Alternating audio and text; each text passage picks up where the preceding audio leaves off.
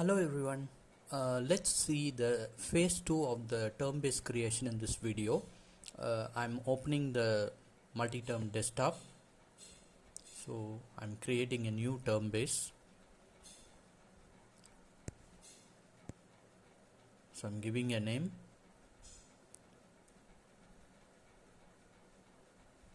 I'm saving it. So the wizard has come. Now click next. You will see create a new definition, use bilingual template and load existing term-based definition file. So I'm loading this definition file. In the first part of this video I have created that XML. So I'm loading it. You can refer that video in my channel. I'm giving just a nickname for my term base.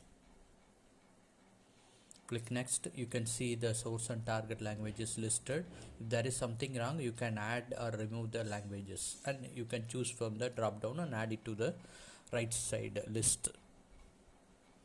So we don't have any additional field apart from the source and target. So now we have done.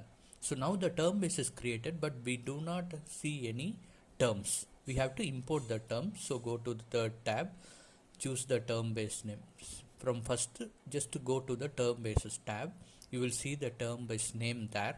Just select and right click, and the last option would be import into term base. So click that and browse. So you have to load that XML file which was created in the first part of this video. The previous video, I will leave the link in the description. I'm also enabling quick import and reorganization.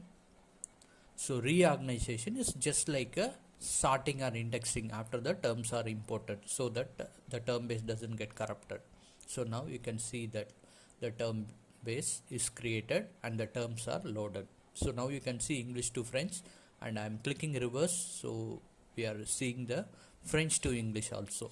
So this term base can be used in a Trados project that deals with French to English. So I hope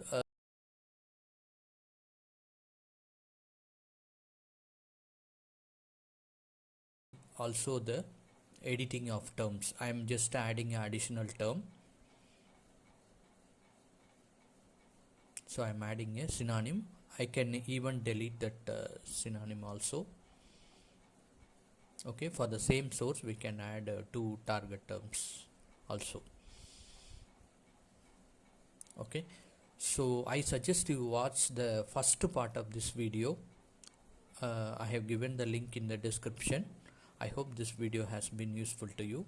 Please subscribe to my channel. Thank you and see you in the next video.